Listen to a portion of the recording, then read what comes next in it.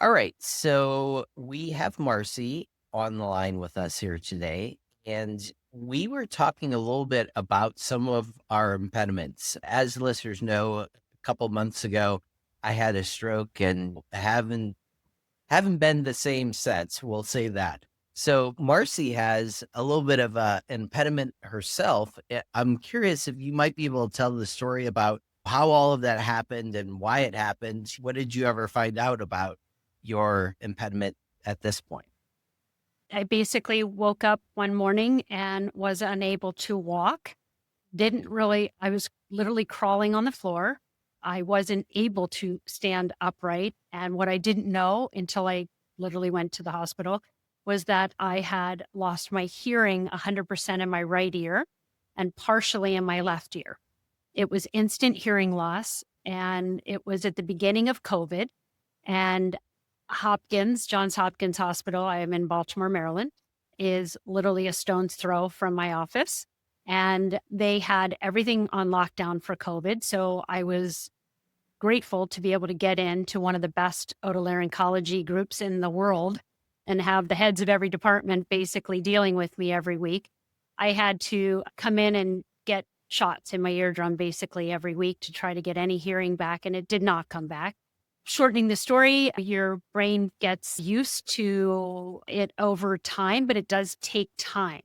And I couldn't drive. I was having trouble doing everything basically. Little basic things were difficult. And I'm sure you experienced this with the Yeah. stroke.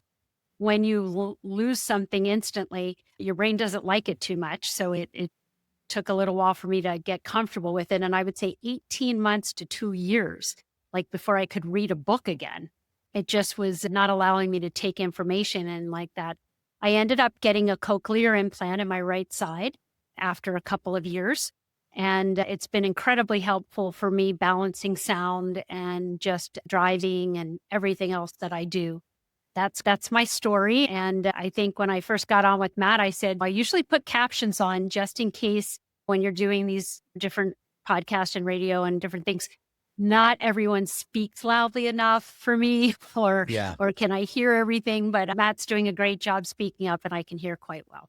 Yeah, So that's impressive. Just really quick, because I'm curious, you mentioned how the doctors were putting injections into your ears and they were going down this path of treating your ailment. Was the intention at first to get see what would come back, your hearing back, or what was so your yeah, there's a uh, rule of thumb. When you first lose your hearing, there's a protocol of giving you steroid injections in your eardrum is really the best protocol. And I won't go into that, but that's not a fun process, but it's fine. So a very heavy dose of steroids in your eardrum can sometimes bring hearing back. You have a period of, I think it's 72 hours, I believe, to do that. And then they do it every week for 6 weeks. But it did not work for me. And what they described, they thought I had a viral bomb that went off in my eardrum. And hmm, that's how the doctors described it to me. And there's no explanation for it. No one really knows why. The only thing that I know is that I have since come to find out that there are many other people that I actually know that have had hearing loss from some kind of viral infection or COVID or hmm, whatever the COVID shots. No one's really sure. But I think Zoom and Riverside and all of these different programs that we're using now to do meetings has been super helpful. We were using them before COVID, so we were already set up that way. And it just really helps me to be able to put a caption on and hear people effectively and make sure that I can communicate fully. yeah, that makes sense. Okay, so all of that being said, thank you for explaining all of that and sharing all of that with the listeners. So our purpose here today is going to be more on the investment side of Mhm. things, and you have spent a considerable amount of time in the designing of these interiors for these spaces that are being improved, being invested in, all of the above. So can you talk a little bit about about your company first, and then we'll Sure. get into some of the nuances that Sure. you've seen over the years. So we are a commercial interior design firm and we specialize in multifamily. not only market rate, but we also do affordable multifamily. We do senior multifamily. We do student housing, and we pretty much cover every aspect of multifamily development. We do many new builds around the country, new builds, and we also do renovations, not only for existing clients, but lots and lots of management groups around the country as well. And so that's how we started. We've been doing it for well over 25 years. And we have an experienced, very senior level staff.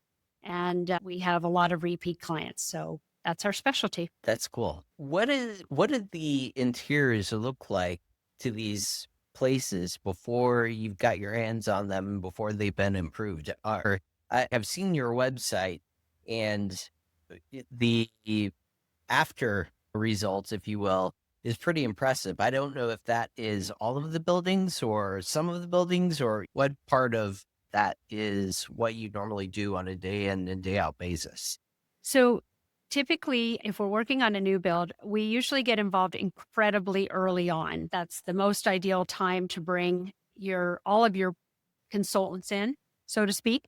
So we like to be brought in early on when the they may have started the planning, but we typically get involved very early on because we're doing the space planning on the entire inside of the building.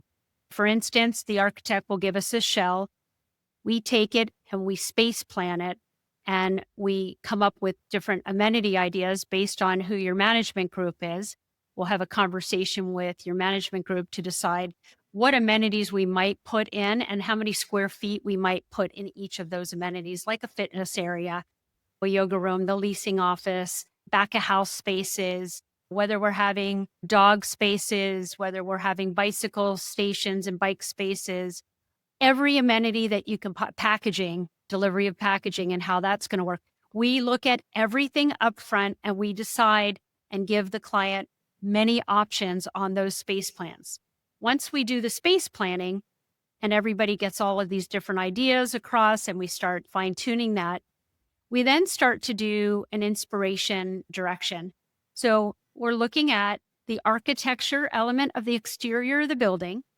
Then we're looking at the market of what is all of your competitors in the area. So we actually do a little bit of our own marketing study internally, but we're doing it not from rents, which is what you typically see. We're doing it from a visual perspective. We want to see what are all of our competitors in the area of this particular building offering for amenities? What do their units look like? What's the style of their inside? And how long have they been there and how refreshed are they? And we're looking at everything basically from a design perspective. So once we take a look at that, we do a little show and tell to our clients. As we're doing the inspiration, we're showing them these are your 4 or 5 top competitors. These are what their amenities look like. These are the list of amenities that they have. Let's do something a little bit different, a little bit more exciting, and in a whole different direction of what's being offered. So we do look at their audience, their age, what's your market audience and what's your rent audience, like where do you want to fall in, so that we design it to that particular rent level. So while we're doing that, we do all of the inspirations, and then we take it and we start rendering some spaces, and we start designing what those spaces may or may not look like. And as we're working through it, we do a lot of renderings because we think they're really helpful for people to see the visuals. And we do those in-house. We think it's super important to get an idea of what it's going to look like and how we're going to elevate it. Are we going to do a big giant built-in? Are we going to do a really cool game room? Are we going to do a really cool show kitchen? Whatever outside amenities, all of those areas we activate, show those, and it helps the client decide what direction they want to go in. And not only do we do it for clients, I've actually taught this in Masters of Real Estate programs that are pretty big programs. I come in and I do it as a guest speaker to basically teach real estate people how to pick what's best for their building that are not creative people. Yeah. Because a lot of people they just pick what they like, but that's not necessarily the direction that you may want to go in. You really want to go with looking at your competitors, figuring out the visuals, really understanding what the unit should or shouldn't be, and making sure that we're looking at all of those aspects so that when I'm teaching that class, I actually break everyone up into groups and give them different projects to pick from and have them pick and then tell us why they're picking what they're picking at the end of the class. Say it's a 3-hour class in an evening. That's typically how we would do it. So it's fun and we love doing it. And we have been, like I said, doing it for a really long time. So it's really about more than just the visuals. It's really about the why of the visuals Yeah. and the architecture and making sure they're all melding together. Yeah, that makes sense. You made mention of something along the lines of the level of finish that you are going to ultimately end up going with. Can you talk a little bit about number one, over improving an area and under improving an area? Like, how do you make sure that you get that flavor correct, if that makes sense? So it's really important from the beginning for us to know what the rent targets are. And in order for us to find that out, we're like working with the management group and the marketing group sometimes and really understanding what those rents need to be, because that helps determine for us the level of finishes that need to go in the building. For instance, excuse me, if it's a higher level condominium building and they're going to be selling for high sums of money, the amenity areas have to be level 5 finish, super pristine, super perfect, and really elevated. And so we're looking at everything that's on the wall and how we're going to finish that. And that could be everything from a wood finish on the wall to a large scale stone, limestone, a large scale tile, whatever it is, porcelain that we're using on walls. It just really needs to know what that audience is in order for us to make sure that we're putting the right level of finishes at the right price point. If it's going to be student housing, okay, which is now a lot of multifamily people are going into student housing, it's going to be literally beaten to death. Mm. Okay, it's going to get a lot of wear and tear. We want to make sure that all of the finishes are really sturdy, really strong, and every area has some super solid material on it that are going to do really well for long term. So it really just depends on the audience, and that's how we design. Yeah, that makes sense. Talk a little bit about so you mentioned the student areas and the Mhm. student facilities and all of that. Talk a little bit about how those areas might impact an investor. So we all see these OMs and there's all of these different opportunities, all of these vintages, different classes, all of that. Can you talk a little bit about how design wraps into the entire investor pool, if that makes sense? Sure. So I'll give you a couple different directions in this category. So I'll say just in the student category that we were just talking about, we just had finished a building. We had started it with a private development group. And while we were knee deep in the design, a university, a very large one, decided to take a master lease of the entire building. A developer's dream, a very long master lease. So with that came a lot of changes. So we then had to work with the university on what they wanted and redesign a lot of the areas inside. And we furnished all of the apartments. We gave them living room furniture, bedroom furniture, desks, everything. It's much more fitted out than a rental unit. We did it for students and they opened up I guess the pool of candidates for that particular, and they had it shut down their website. There were that many people interested in them because they were brand new, really close to campus. And there was lots of outdoor space and really interesting amenity spaces. And each person would have their own lease for their own bedroom with their own bathroom and share the kitchen and living space, Mm. which had everything furnished out. Really beautiful and ideal spaces. And then you have other buildings that we do for multifamily that are generational multifamily developers. They have long-term hold. They're holding it for a lifetime and they're going to continue to hold it for a lifetime. And so they don't want to renovate every 3 to 5 years. They want to keep it long and fresh for as long as they can So they want the materials to really hold up. And that means everything from the finished materials within the building to all of the furnishings within the building. So we don't want it to be too trendy.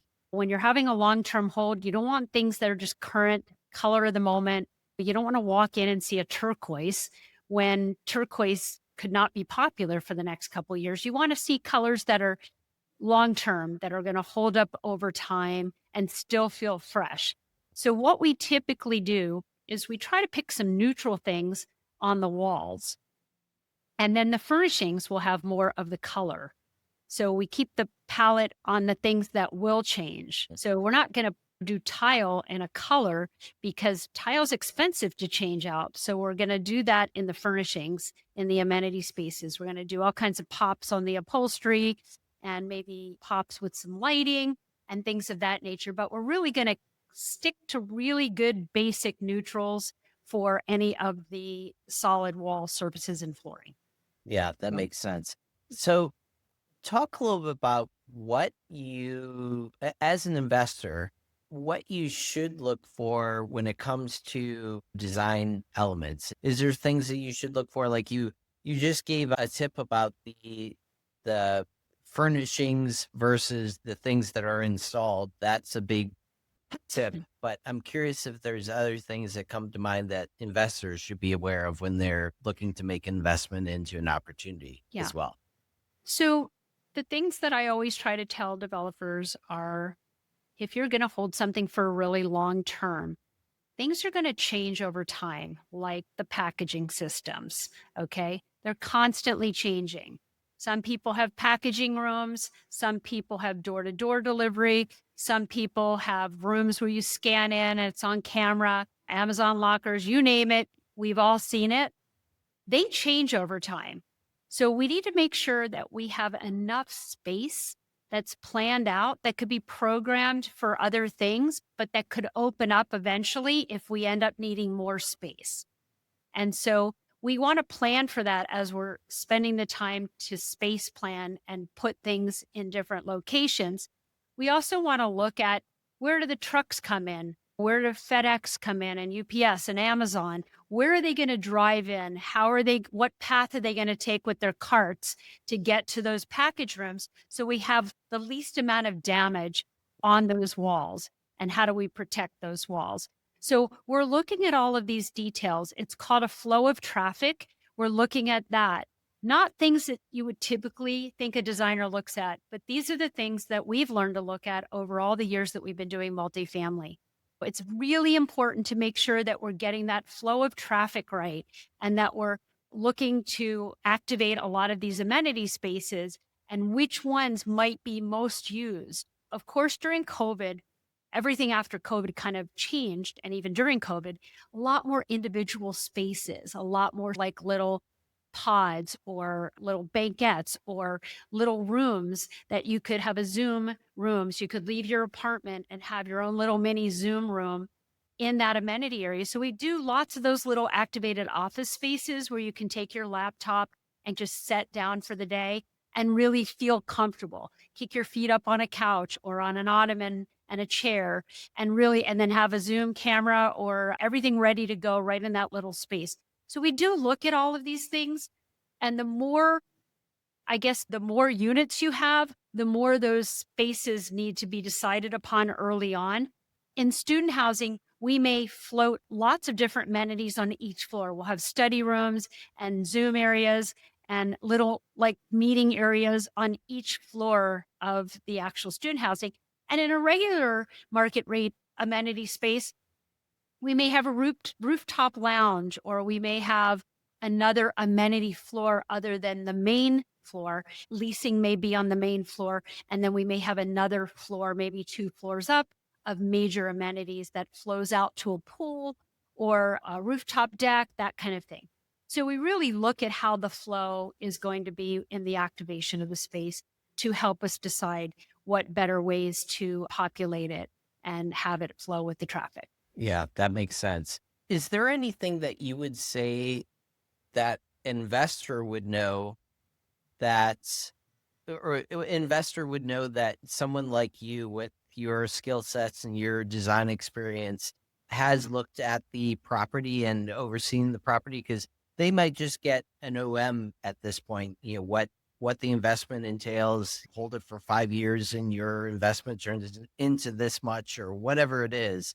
Is there anything that they should look out for knowing that a designer, a true designer, has actually looked at this?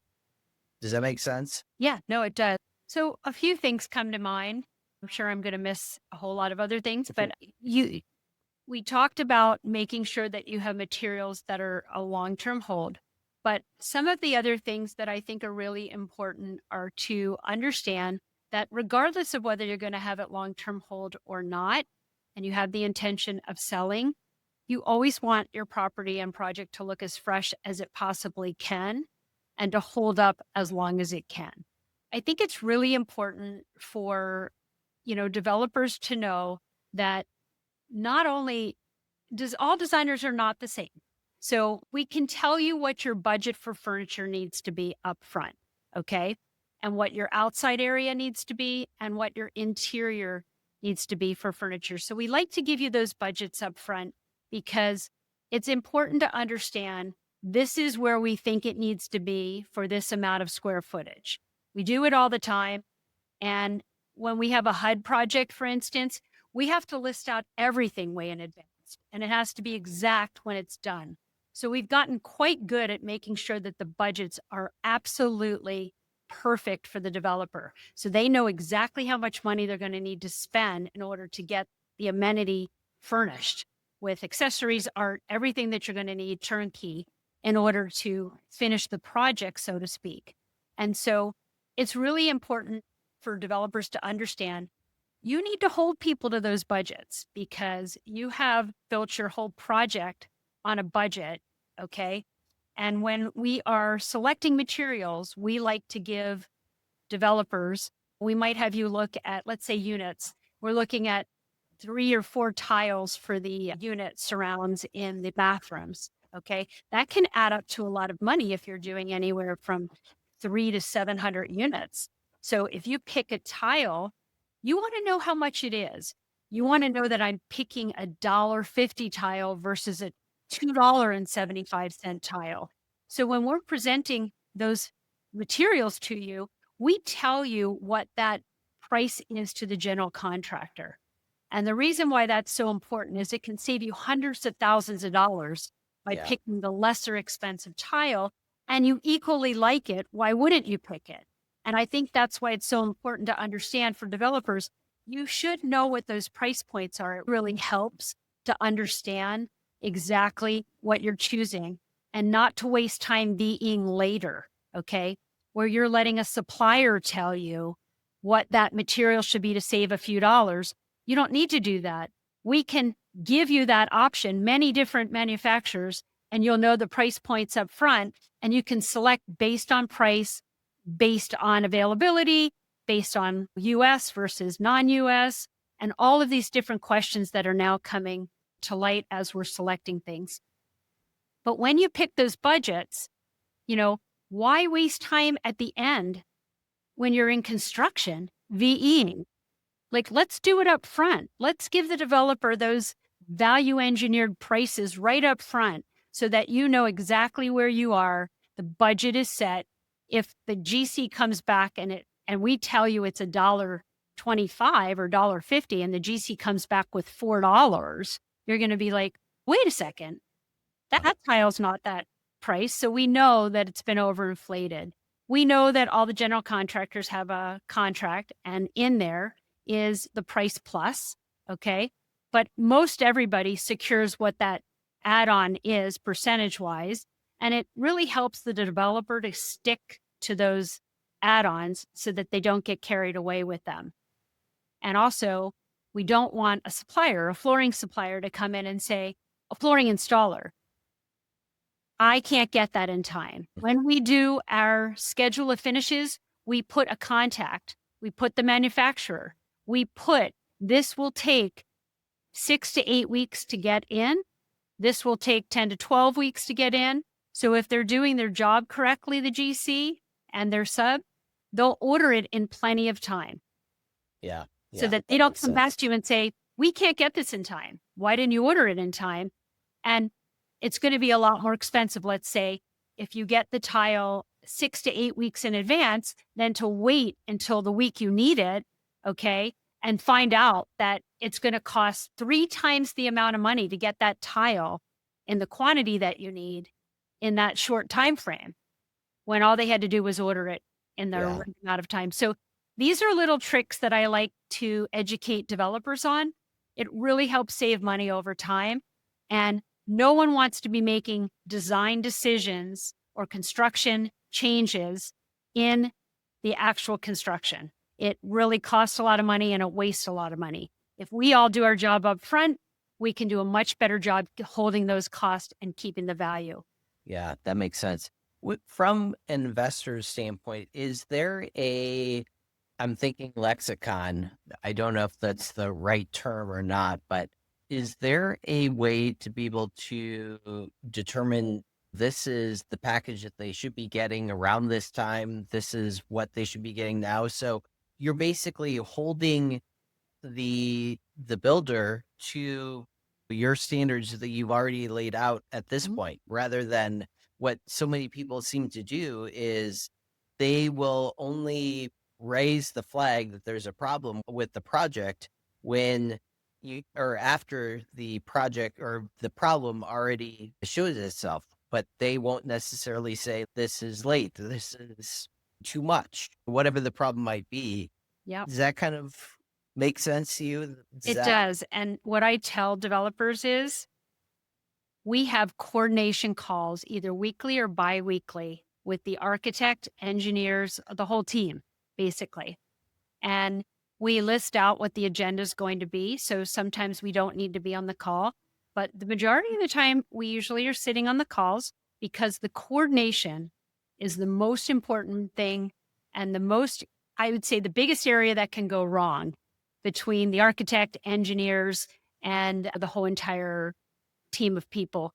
We don't want to have a piece of artwork, let's say behind me, and we show up on the day of installation and there's some giant firebox in the middle of that space. Okay. Because it hasn't been coordinated and moved over to the side. They just stuck it anywhere they could. But on our documents, we locate all of those different things so that they stay away from those areas and they understand, if they're reading the documents correctly, that the coordination of everything on the ceiling and everything on the walls is just as equally important as anything else. So it's really following that coordination project from beginning to end. And that's really where I think, when you coordinate a project properly, you have less problems and you're not making changes that are too costly and wasteful. And that's really the area where things can go south. Yeah, that makes sense. And you bring up a great point, and it all comes down to the coordination, the collaboration between yourselves and the people that are involved in the project, the investors, all of that. I'm curious what your, if you even know this or not, what does your technology stack look like from a communication standpoint internally versus externally, if that makes sense? So, what do you currently Sure. use internally, and maybe to all the GCs and all of that? Maybe it's just email or It's a great perhaps some of the question. tools. Yeah. So internally, we use Teams. Okay. And externally, we obviously have Zoom calls. Probably my whole day is stacked with Zoom calls every single day. But we're also working in different software. So whatever the software is, we work in Revit, number one, and we heavily work in Revit. And any of the architectural groups that we're working with, we work with whatever year Revit they're working in. So we have every year Revit, basically, because 2026 has been loaded already. We're already working in a few jobs in 2026. So we load whatever the architect is deciding to work on, and we decide that upfront. And not only do we do that, we have what we have a meeting up front to discuss who's going to be working on what, and make a list, and we send it out, and that list is used for that particular job. So we all know who's responsible for what. And then we store everything for every single project on our servers. We store every note everything from every job, all the communication from the GC, all the communication from the developer, it's stored in our notes every single project. And they're all dated. And it's an opportunity for us to look back if we have any questions on anything. Every designer here and every project manager knows that's where we go. There's always going to be a case on every job where we need to go back and look at something and say, wait a second, I thought we already talked about that. And here's what we decided. And then we were like, oh, yeah, okay. On such and such a date, this group of people spoke, and this is what was decided and finalized. And then we have a document that basically says what just took place.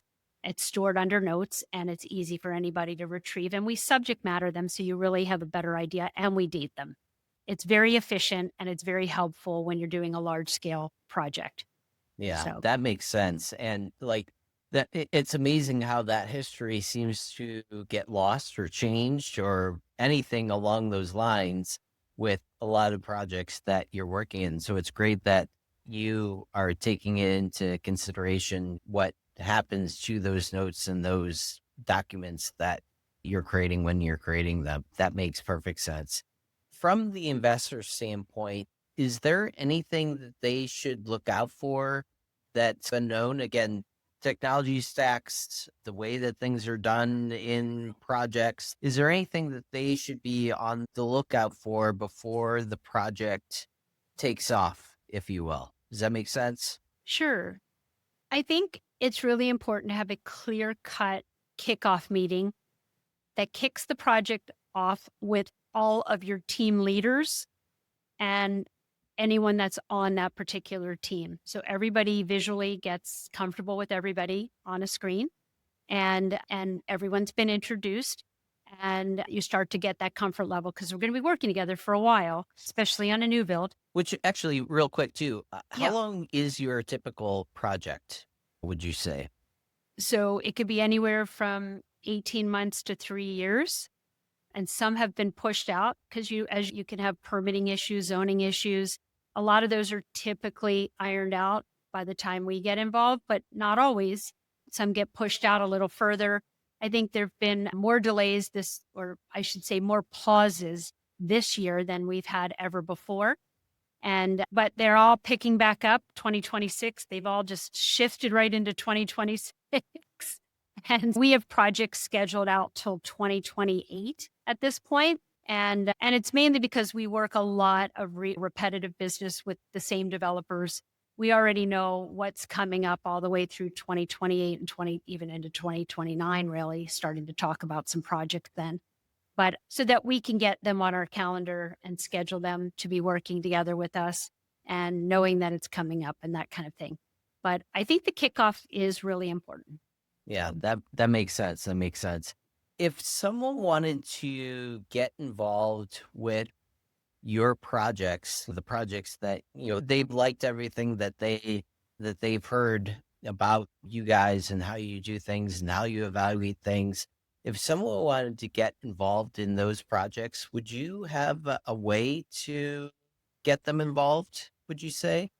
Or is um, that to get involved in like so, different aspects of it, so or so I would say from the investment standpoint, are these developers looking for investment dollars to be able to participate in the various projects that you it's a guys great are? question. Yeah. And the answer is a good deal of them are, and they have teams of people that they go to regularly. But for instance, I have a friend who owns a very large construction company, and they build up a lot of money pretty quickly.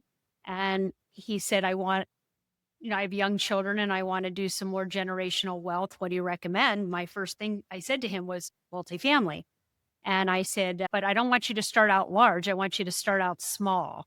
Make a smaller investment and get comfortable with it and get educated on it, and then make a bigger dollar investment as you go along. Maybe you put $1 million in versus 5 to $10 million in on a project, or 20 million in. Start out small, grow your knowledge, and then educate yourself, and then get better with your investment decisions. So I'd say a good deal of our projects are usually looking for, now, we don't get involved in that, but I certainly know all the players. Yeah. They're always looking for a minor investor. They're typically doing the major investments, but yes, they do add people on to their teams. And it's really fun to come to that first meeting and meet everyone. And so over the years, I've gotten to learn and meet a whole lot of people that are owners of the multifamily and help to educate them and grow their knowledge base. So That's fun. And just to let people know what that might look like if they did invest in an opportunity, let's just say that they were investing $1 million, the smaller amount. What does that look like for them from I guess, from an investment standpoint? yeah, Are they involved in the projects? Are they involved in day to day? What does all of that yeah. look like for them? So I have one right now where my friend who I just mentioned is working with another client of mine in a smaller capacity. So he doesn't really have a say in any of the decision making because he's a minor investor, but they're letting him sit in on a lot of the calls and the coordination calls because he is a general contractor and he is very knowledgeable about that aspect of it. So they have him sitting in to learn more about all the decision making. And so he's sitting in, but not making the decisions. And Interesting. Yeah. if he has any good construction conversations, then he can add that a value.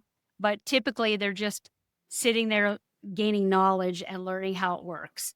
The forecasting, when you're going to get paid, how you're going to get paid, all of those different things. He's learning how that goes. So it's been fun for him. He's enjoyed it.